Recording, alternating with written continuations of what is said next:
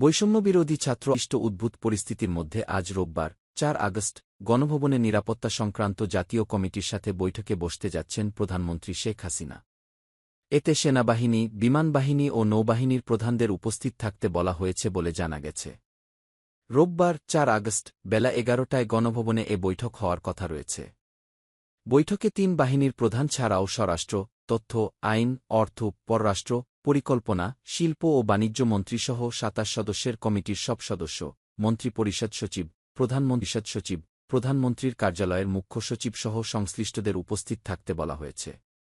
বর্তমান সরকারের মেয়াদে এটিই হবে জাতীয় নিরাপত্তা সংক্রান্ত সর্বোচ্চ এই নীতিনির্ধারণী কর্তৃপক্ষের প্রথম বৈঠক।